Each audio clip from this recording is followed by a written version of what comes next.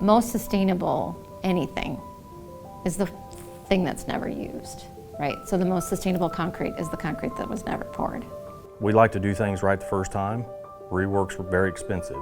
So that's what has helped out a lot with Trimble, catching things before the next trade partner gets there.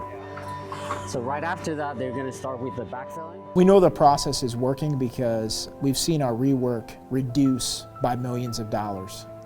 But if you go to the edge at the end of the beams, you will see that those embeds are the ones that are at the lower elevation than the rest of them. Or when I was doing the coordination for the structural and for the PT beams, the post-tension cables were clashing with those embeds. That was a big item. There's a lot of projects that start losing a lot of money just because of that. You need to come back to a post install for all those embeds. That's 200 embeds that you need to post install, and that can be up to $200,000.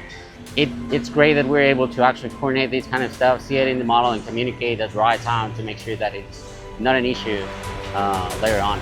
And when we can make the business case, when we have things that make financial sense, that pair along with doing better for the planet, when those two things align, then we have a win-win situation. It doesn't become a nice to have, it becomes that need to have because it is truly a business case.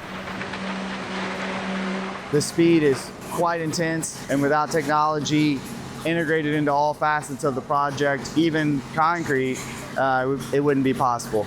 You've got something to compare it to, and especially when we're doing 1 a.m. concrete pours, if you think it's going to be 200 yards and it turns out to be 350 yards, you only have so many trucks running at 1 o'clock in the morning, and there's no way to get more drivers on the road. So it helps with the efficiency of the concrete placements too, because you can be that much more accurate with it. I take Oscar's model, I do my own little takeoff. They're usually within a couple of yards of each other and right on the money almost every time.